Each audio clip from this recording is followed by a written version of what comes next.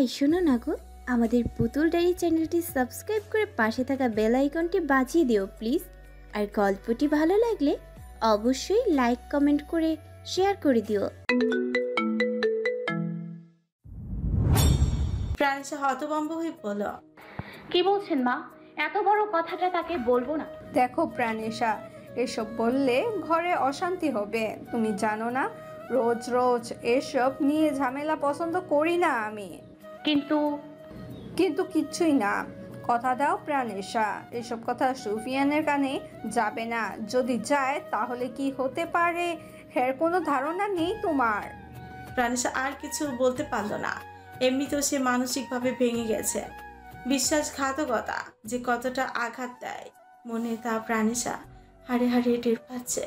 দীর্ঘশ্বাস ফেলে মাথা নাড়িয়ে হ্যাঁ বলতে মিসেস অদিতি স্বস্তি নিঃশ্বাস ফেলে চলে গেলেন।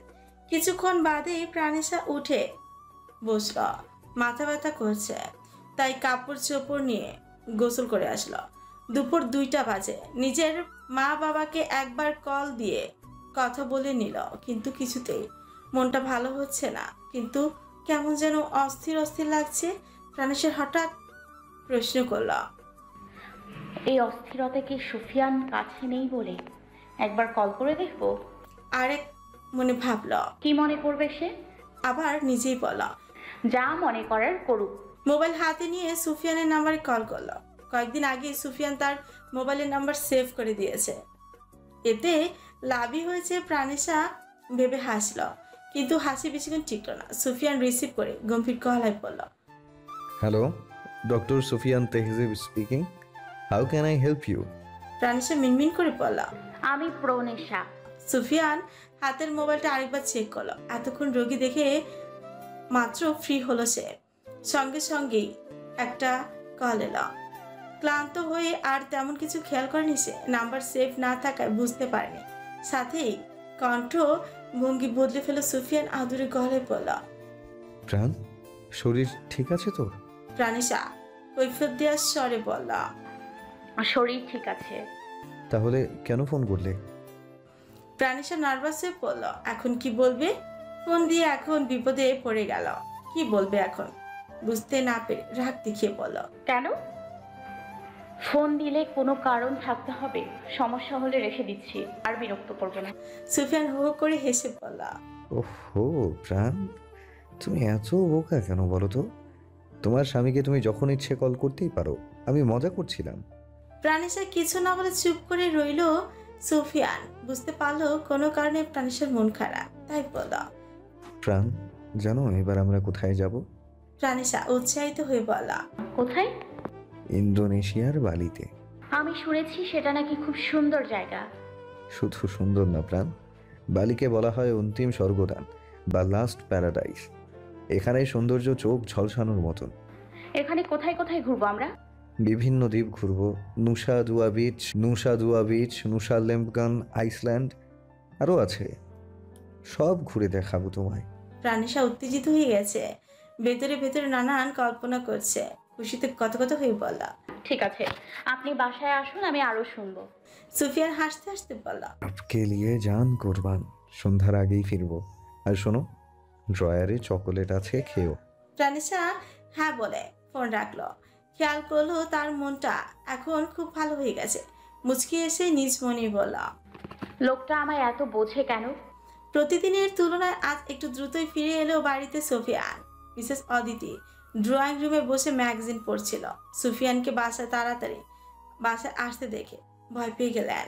মনে মনে ভয় পাচ্ছেন তিনি। সুফিয়ানকে প্রাণেশা বলে দেয়নি তো?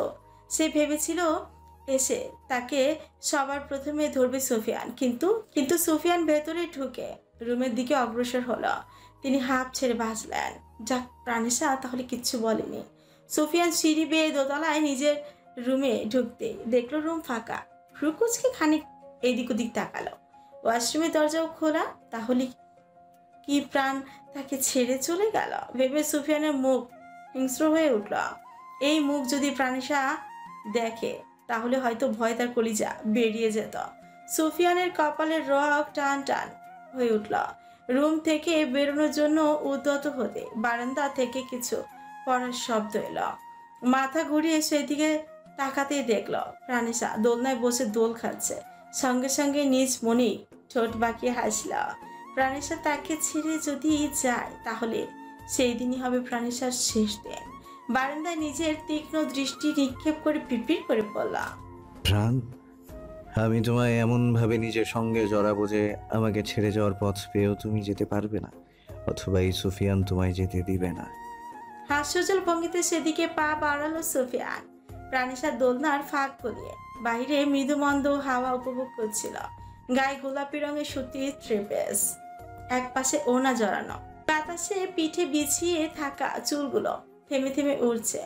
সুফিয়ান এসে দোলনায় বসতেই কারো অস্তিত্ব অনুভব করলো প্রাণেশা, কিন্তু কিছু না বলে চুপচাপ মাথাটা সুফিয়ানের বুকে উপর রাখলো। সুফিয়ান একটু নয় বেশ খানিকটা অবাক হলো। প্রাণেশা কারো উপর যতই রাগ থাকুক, ঘৃণা করুক, কথা না বলে কখনোই থাকে না। মাঝে মাঝে কথা বলতে বলতে বাচ্চাদের মতন হাঁপিয়ে ওঠে, ভাঙা রেকর্ডারের ন্যায় বাজতেই থাকে। আজ কোনো কথা বললো না, এতেই অবাক হওয়ার কথা। সুফিয়ান বার কয়েক ডাকলো, প্রাণ, প্রাণ কথা বলবে না? প্রাণেশা চোখ বন্ধ করে নিরুত্তর বসে রইল। সুফিয়ানের সঙ্গে কথা বলার পর অনেকটা সময় তার মনটা ফুরফুরি ছিল। ঘর থেকে বের হয়ে রান্নাঘর থেকে কফি করতে গিয়েছিল, সে সময় রেয়ানও এসেছিল। প্রাণেশা কোনো কথা না বলে চলে আসতে নিলে রেয়ান তার পা ধরে বসে পড়ল। প্রাণেশা হকচকিত হয়ে দুকদম সরে গেল। এসব কি রে আন, সরো বলছি। রেয়ান হু করে কাঁদল, পায়ে দুবার ঠোঁট ছুঁয়ে অনুতপ্ত ভরা ভাঙা কণ্ঠে বলল, প্রাণেশা ক্ষমা করে দাও প্রাণেশা, আমি সেই সময় খুব রেগে গিয়েছিলাম। তোমায় প্রতিদিন ওর সাথে দেখলে আমার ভেতরটা জ্বালা পোড়া হয়, কলিজা ছেঁড়ার মতন ব্যথা হয়, তাই হানিমুনের কথা শুনে খুব রেগে গিয়েছিলাম। ক্ষমা করে দাও প্লিজ, আমার কাছে ফিরে এসো প্লিজ, আমি তোমাকে নিয়ে অনেক দূরে চলে যাব। চোখ জ্বালা শুরু হলো। সত্যি সত্যি মনে পড়ে গেল সেই রাত জেগে ঘন্টার পর ঘন্টা প্রেমালাপ, প্রথম গান শোনানো, হাজারো পথ পাড়ি দেওয়ার স্বপ্ন দেখা, বিয়ের পর ঘোরাঘুরি করতে যাওয়ার পরিকল্পনা একের পর এক চোখে ভাসতে লাগলো। স্মৃতির পাতা হঠাৎ করে মনে পড়ল সে বিবাহিত, এখন একজনের স্ত্রী, তাকে জড়িয়ে আছে অনেকগুলো সম্পর্ক। ভালোবাসার একজন মানুষ ধাক্কা দিয়ে সরিয়ে দ্রুত পদে নিজের রুমে এসে পড়ে প্রাণেশা। নরম হলে তা চলবে না। আজকের ঘটনা তার মনে বেশ প্রভাব ফেলেছে। নতুন করে সব শুরু করার জন্য কয়েক পা এগিয়েছে প্রাণেশা। ফিরে আসার পথ নেই। চোখ বন্ধ করে লম্বা শ্বাস এনে এসে দোলনায় বসেছিল। তারপরেই 3 ঘন্টা হয়ে গেছে সেভাবেই বসে আছে সে। সুফিয়ান খেয়াল করলো তার শার্টের পাশটা ভেজা ভেজা লাগছে। চমকে প্রাণেশার গাল উঁচু করে দেখতে বুকটা মোচড় দিয়ে উঠল। চোখ খিচে বন্ধ করে আছে আর জলের ধারায় বয়ে যাচ্ছে দুপাশ পেয়ে। ভীষণ বিচলিত হয়ে উঠল সুফিয়ান। এমনভাবে কান্না তখনই করে যখন খুব কষ্ট পায় প্রাণেশা। চঞ্চল বৈশিষ্ট্যের হলেও ভেতরে ভেতরে বেশ চাপা স্বভাবের সে। সবার সামনে নিজের দুঃখ প্রকাশ করে না কখনো। প্রাণেশার গাল মুছিয়ে দিয়ে ব্যথিত গলায় সুফিয়ান বলল, কি হয়েছে প্রাণ, এমন করে কান্না করছো কেন? কেউ কিছু বলেছে তোমায়? নাম বলো, শেষ করে দেবো তাকে। প্রাণেশা সেভাবে চোখ বন্ধ করে অশ্রু ঝরাচ্ছে। সুফিয়ান ব্যস্ত হয়ে প্রাণেশাকে আদর করে বলল, কি হয়েছে প্রাণের, আমাকে বলবে না? প্রাণেশা ছোট বাচ্চার ন্যায় সুফিয়ানের গলা জড়িয়ে কোলে বসল। সুফিয়ান দুহাতে জাপটে ছোট্ট পাখির মতন। কিছুক্ষণের মধ্যেই কান্না থামিয়ে সোজা হয়ে বসলো প্রাণেশা। সুফিয়ানকে অবাক করে আদুরে বিড়াল ছানার মতো মাথা গুজিয়ে শুয়ে পড়ল সুফিয়ানের কোলের উপর। সুফিয়ানও সযত্নে হাত বুলিয়ে দেয় মাথায়। প্রাণেশা স্বাভাবিক ভঙ্গিতেই বলে, ফ্রেশ হননি? সুফিয়ান বুঝতে পারলো প্রাণেশা কথা এড়িয়ে যাচ্ছে। পুরনো কোনো কথা আর মনে করিয়ে দিতে চাইল না, তাই সেও স্বাভাবিকভাবেই বলা, না, মাত্র এলাম। এই শীতে এভাবে বসে আছো কেন? প্রাণেশা প্রসঙ্গ পাল্টিয়ে বলে, আর কিছু বললে না তো? কিসের ব্যাপারে বালি? সব যদি বলেই দিই তাহলে গিয়ে কি লাভ? কালকেই সব দেখো। প্রাণেশা লাফিয়ে উঠল বাচ্চাদের মতন, তালি দিয়ে বলা, সত্যি? কাল কখন যাব? সুফিয়ান হেসে বলা, কাল সকাল 7টায় রওনা হব। বালিতে গেলে পাসপোর্টের কোনো ঝামেলা নেই, যত আগে বুকিং দেওয়া যায় তত ভালো। যদিও আমি মাত্র 3 দিন আগেই দিয়েছি। আমরা সিঙ্গাপুর ট্রেনজিটে যাব। বাংলাদেশ থেকে সরাসরি বালির কোনো ফ্লাইট নেই তাই। প্রাণেশা উচ্ছ্বাসিত কণ্ঠে বলল। কাল সকালে গেলে তো অনেক কাজ বাকি। আমি তাহলে গিয়ে ব্যাগ গুছিয়ে নিই। হ্যাঁ যাও, আমি ফ্রেশ হয়ে এসে হেল্প করছি। প্রাণেশা লাফিয়ে চলে যাচ্ছিল, কি মনে করে যেন পিছিয়ে এসে পড়ল। শুনুন, সুফিয়ান সামনে তাকিয়ে দেখতে প্রাণেশা ফট করে গালে চুমুকে থ্যাংক ইউ বলি এক দৌড়ে ঘরে চলে গেল। সুফিয়ান হাঁ করে তাকে গালে হাত দিয়ে হেসে উঠে অস্পষ্ট স্বরে বলা, আমার পাগলি। সবার কাছ থেকে বিদায় নিয়ে সকাল 7টায় রওনা হলো সুফিয়ান ও প্রাণেশা। ঘুরতে যাওয়ার আগে দিন রাতে কখনোই প্রাণেশার ঘুম আসে না। 2টার দিকে সুফিয়ান বুকে ঘুম পাড়িয়ে যায়। 7টায় সুফিয়ানের সঙ্গে রওনা দিল প্রাণেশা, উদ্দেশ্য বালি। সিঙ্গাপুর ট্রানজিটে 4 ঘন্টার ফ্লাইট শেষ করে কুয়ালালামপুর ইন্টারন্যাশনাল এয়ারপোর্টে পৌঁছালো টানা 10 ঘন্টার ট্রানজিট শেষে প্রায় 3.5 ঘন্টা ওড়ার পর দুজন বালি পৌঁছে গেল। প্রাণেশার মাঝে তেমন ক্লান্তি নেই বললেই চলে। সবকিছু তার কাছে স্বপ্নের মতো মনে হচ্ছে। গায়ে একটা লং টপস আর জিন্স, গলা স্কার্ফ, চুল পনিটেল করে বাঁধা, সব মিলিয়ে বয়স কম মনে হচ্ছে। 17-18 মেয়ে মনে হয় দেখতে। সুফিয়ান হাসলো নিজ মনে। সুফিয়ানের গায়ে কোট প্যান্ট, কিছুটা সামনে একজন লোক দাঁড়ানো, হোটেলে নেওয়ার জন্য। তাই 2-3 মিনিট হেঁটে যেতেই প্রাণেশা হাঁটতে হাঁটতে বেখেলি ভাবে সুফিয়ানের হাত জড়িয়ে ধরে উৎসাহিত হয়ে বলল, বালি সম্পর্কে কিছু বলুন না। সুফিয়ান হেসে বলল। এতক্ষণ যে ধৈর্য ধরে চুপ আছো, এতে অবাক আমি। প্রাণেশা সরু চোখে তাকিয়ে বলল, আপনি কি আমায় বাচাল বলতে চাইছেন? সুফিয়ান হাসি আটকে বলল, কি বলো প্রাণ, তুমি আর বাচাল?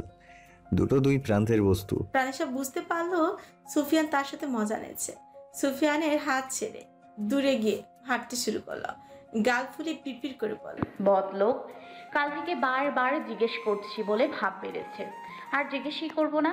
সুফিয়ান হেসে প্রাণেশার বাহু এক হাতে জড়িয়ে গা ঘেঁষে হাঁটতে হাঁটতে বলল, শোনো, বালি ইন্দোনেশিয়ার একটি দ্বীপ এলাকা ও প্রদেশ। জাভা শহর থেকে মাত্র 2 কিলোমিটার দূরে ইন্দোনেশিয়ার 33তম প্রদেশ। আর আগেই বলেছিলাম যে বালিকে পৃথিবীর অন্তিম স্বর্গদান বা লাস্ট প্যারাডাইজ অন আর্থও বলা হয়। অন্তিম স্বর্গদান কেন বলা হয়? পৃথিবীতে তো আরো বহু সুন্দর জায়গা আছে। সেখানের মানুষের দেয়া নাম এটি। জনসংখ্যায় হিন্দুদের বাস বেশি। হিন্দু 83.5%, মুসলিম 13.4%, খ্রিস্টান 2.5%, বৌদ্ধ 0.5%। প্রাণেশা আরো প্রশ্ন করতে নিয়েছিল, কিন্তু গাড়ির কাছে এসে পরে আর কিছু বলার সুযোগ পেল না। গাড়ির কাছাকাছি আসার পর পেছনে আরেকটা গাড়ি থেকে 2-3 জন কালো পোশাকধারী ব্যক্তি নেমে এলো। প্রাণেশা অবাক হয়ে জিজ্ঞেস করলো, এরা কারা? সুফিয়ান ট্রলিগুলো তাদের এগিয়ে দিতে দিতে বলল, আমাদের বডিগার্ডস। মানে আমাদের আবার বডিগার্ড কেন লাগবে? এত কথা না বলে ওঠো। অবাক ভাব কাটিয়ে ওঠার আগে সুফিয়ান প্রাণেশাকে গাড়িতে উঠিয়ে দিল। প্রাণেশা চুপচাপ বসে গাড়িতে মাথা এলিয়ে দিল। গাড়ি চলতে শুরু করলে প্রাণেশা বাইরের পরিবেশ উপভোগ করতে থাকলো। সুফিয়ান প্রাণেশার এক হাত মুষ্টিবদ্ধ করে নিজেও চুপ করে রইল। কিছুক্ষণ পরই হোটেলের সামনে গাড়ি থামালো।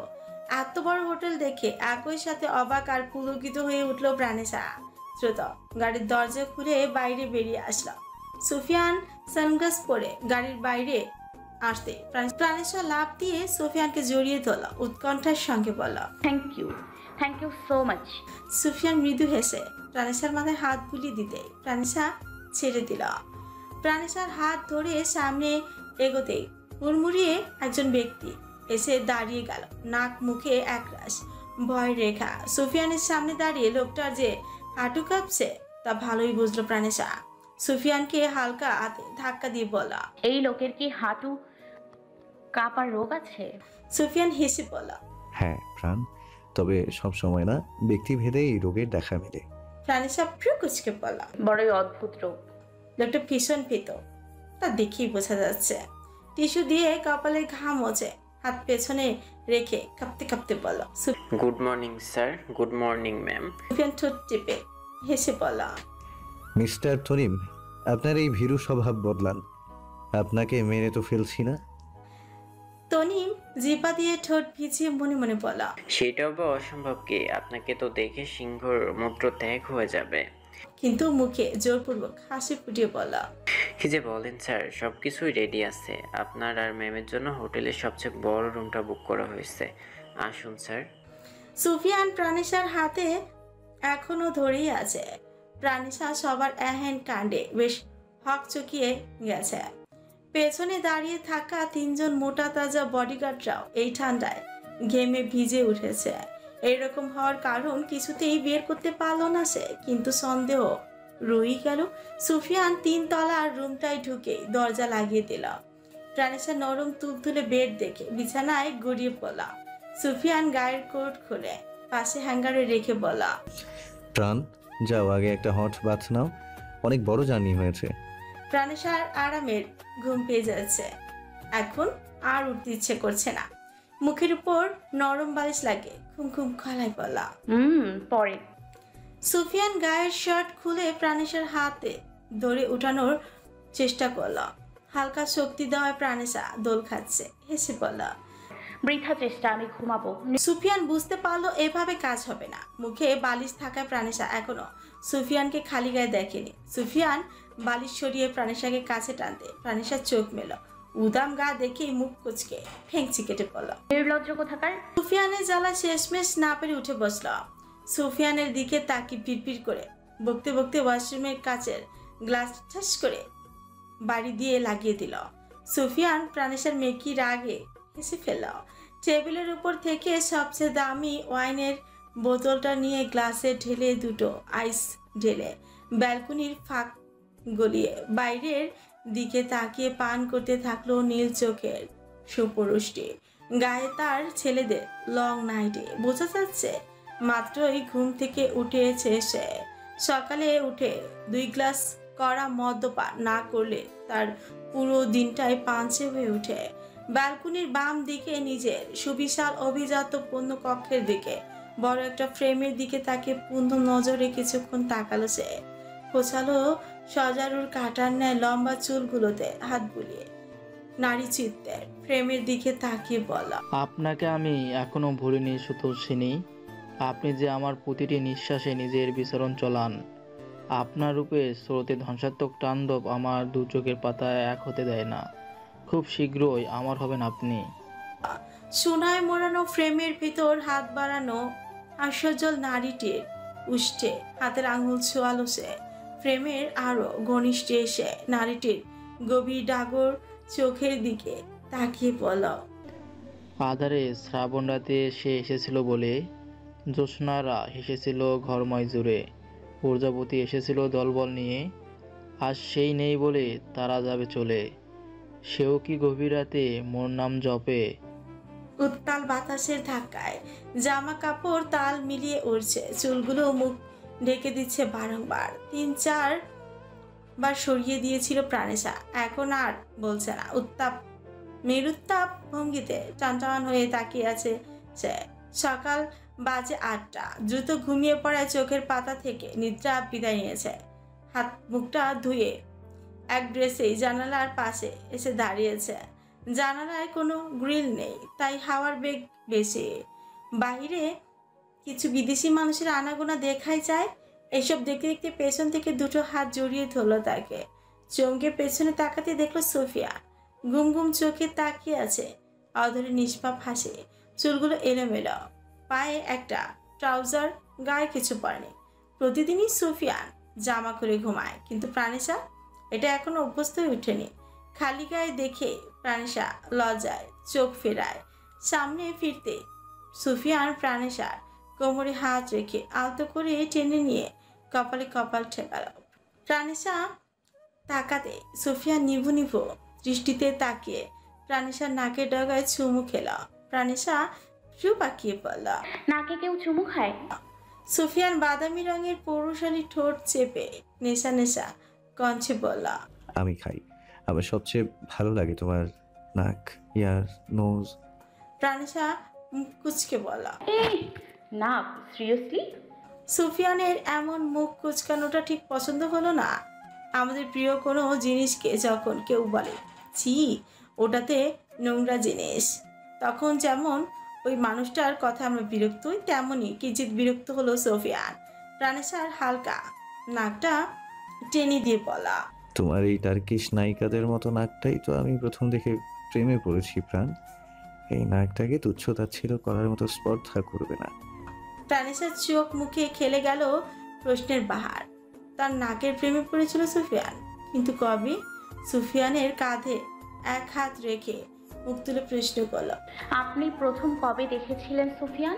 সুফিয়ান ওপর দিকে তাকিয়ে ঘন ঘন শ্বাস নিল, এলোমেলো দৃষ্টিতে তাকিয়ে রইল, মনে মনে কিছু আওড়ালো, ঠোঁট কামড়ে ধরে কিছু একটা ভাবলো। তারপর প্রাণেশার কোমর চেপে জানালার উপর বসালো। প্রাণেশা ভয় পেয়ে সুফিয়ানের গলা আঁকড়ে ধরল, ভয়ে মুখ লাল হয়ে গেছে, বেশি ফর্সা হলে যা হয় আর কি।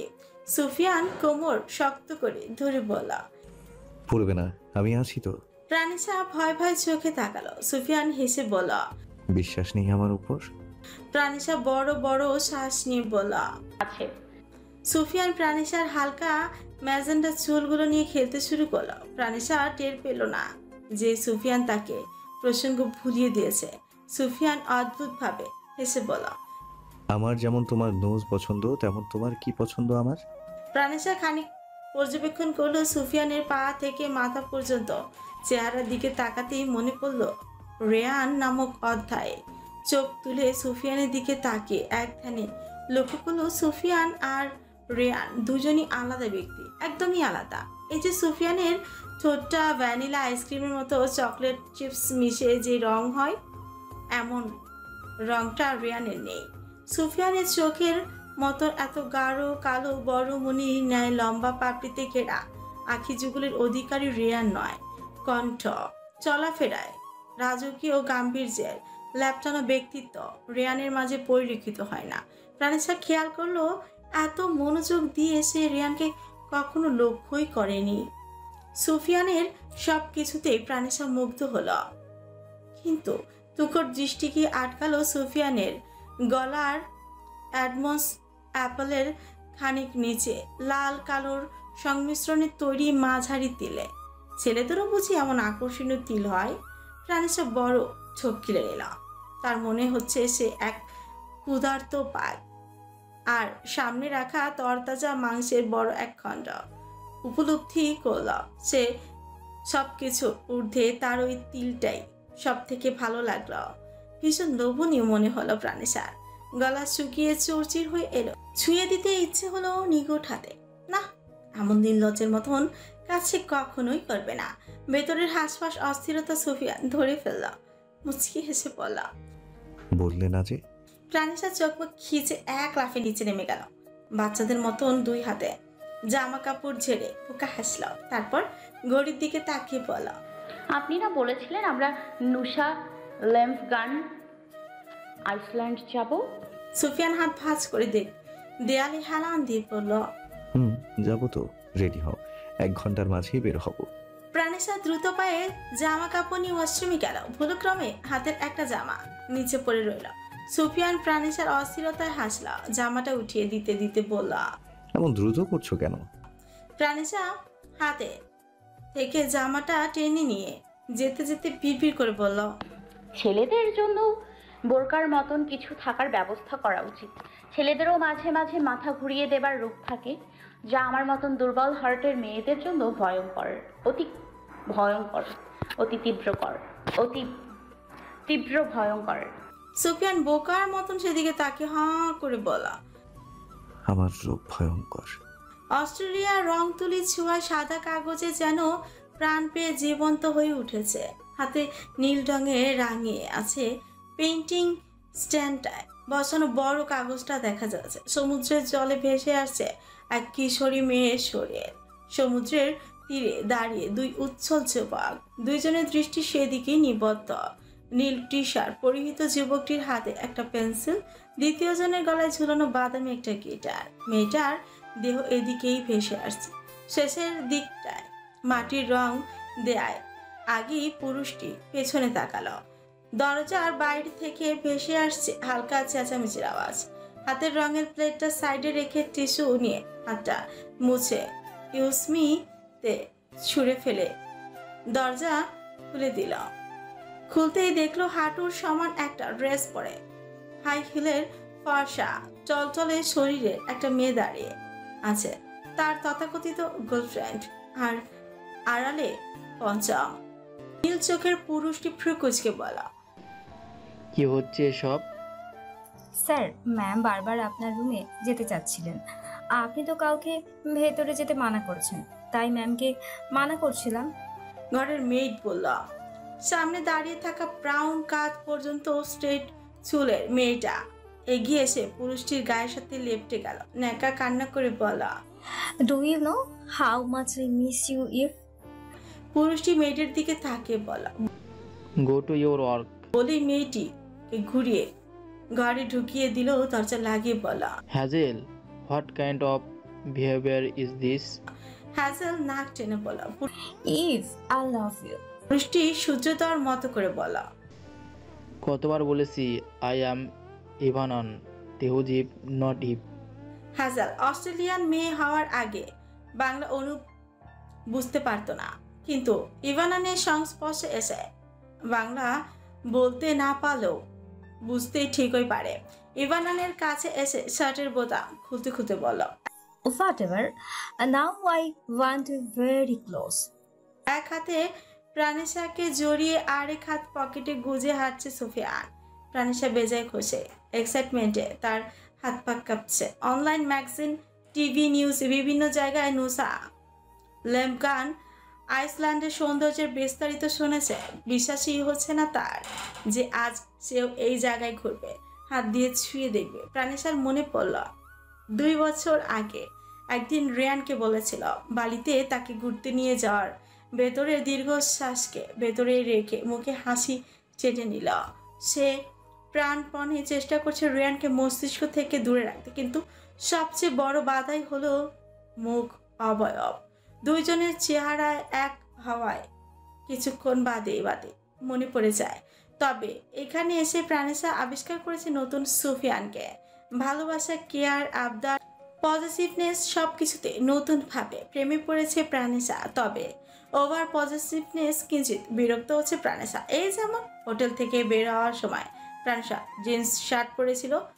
জিন্স শার্ট যদিও অনেকেও বড় আর ঢোলাঢালা ছিল, তারপরও সুফিয়ান ভীষণ রেগে বলেছিল, এসব কি পড়েছো? প্রাণেশা অবাক হয়ে বলা, কি পড়েছি মানে? সব সময় যা পড়ি। সুফিয়ান কিছু না বলে একটা প্যাকেট থেকে লম্বা একটা গার্লস ট্রাউজার বের করে দিল। প্রাণেশা না করেনি, চুপচাপ পরে নিয়েছিল। এমন নয় যে প্রাণেশা উশৃঙ্খল, আলট্রা মডার্ন। ছোটবেলা থেকে যা পড়েছে সেভাবে ড্রেস কোড ফলো করে। ক্ষমতাবান বাবার মেয়ে হওয়ার পাওয়ার তো ছিলই, সাথে আবার কাজিনদের ছোট বড় বংশে 2 মেয়ের বড় জন। তাছাড়া সব ভাই বড় আদরের মানুষ করেছে, তাই ক্লাসের মতো ছোটখাটো জিনিসেরও শিকার হওয়ার সুযোগ পায়নি। কিন্তু তাই বলে সে অবাধ্য নয়। গ্রাউন্ড পড়ে এসে সুফিয়ানের দিকে তাকিয়ে প্রাণেশা জিজ্ঞেস করলাম, আমি তো ওগুলো পরেই যেতে পারতাম, তাহলে এসব কেন? সুফিয়ান জানে প্রাণেশার ধর্মীয় আচারের তেমন কোনো জ্ঞান নেই, তাই কোনো প্রকার রাগারাগি না করে মৃদু হেসে বলা, প্রাণ, একটা বাইকে তো কভার ছাড়াই বিক্রি করা যায়, কিন্তু তারপরেও কভার লাগিয়ে প্যাকিং করে কেন বিক্রি করে? নর্মাল, কারণ কভার লাগানোতে বইয়ের সৌন্দর্য বৃদ্ধি তো হয়ই, সঙ্গে ছিঁড়ে যাওয়ার ভয় থাকে না, মূলত সেফ থাকে। কারেক্ট। তুমি যদি ওগুলো পরে যেতে তেমন কিছু হতো না, কিন্তু এই যে তুমি এগুলো পড়তে, সৌন্দর্য বৃদ্ধি হলো, নিজেকে ঢেকে হেফাজতে রাখা সুন্নত। এতে তোমার সম্মান, পবিত্রতা বাড়বে, তুমি খারাপ নজর থেকে সুরক্ষিত থাকবে। প্রাণেশা পুরোটা শুনে মুগ্ধ হয়ে তাকালো। সুফিয়ানের মতো করে তাকে কেউ বোঝায়নি। সে যা পড়েছে তাতেই সমর্থন দেওয়া আর ভুল আর সঠিকের পার্থক্য বোঝায়নি। এভাবেই যদি কেউ বোঝাতো তাহলে ঠিকই সে বুঝতে পারত স্বামীদের দায়িত্ব স্ত্রীকে হেফাজতে রাখা, ভুল পথ থেকে সরিয়ে আনা। স্ত্রীরা ভুল করবে, কারণ আপন মানুষ ছেড়ে নতুন জায়গায় মানিয়ে নেওয়া খুব কষ্টের ব্যাপার। ভুল ত্রুটিগুলো শুধরে নেওয়ার তাদের দায়িত্ব। এখন যদি সুফিয়ান প্রাণিশাকে না বুঝে সম্পূর্ণটা চাপিয়ে দিত, তাহলে হয়তো প্রাণিশা বুঝতেই পারতো না, সঙ্গে সঙ্গে আঘাত পেত। প্রাণিশার মনে সুফিয়ানের জন্য সম্মানের জায়গা তৈরি হলো। তারপর সুফিয়ানের সঙ্গে বেরিয়ে পড়ল।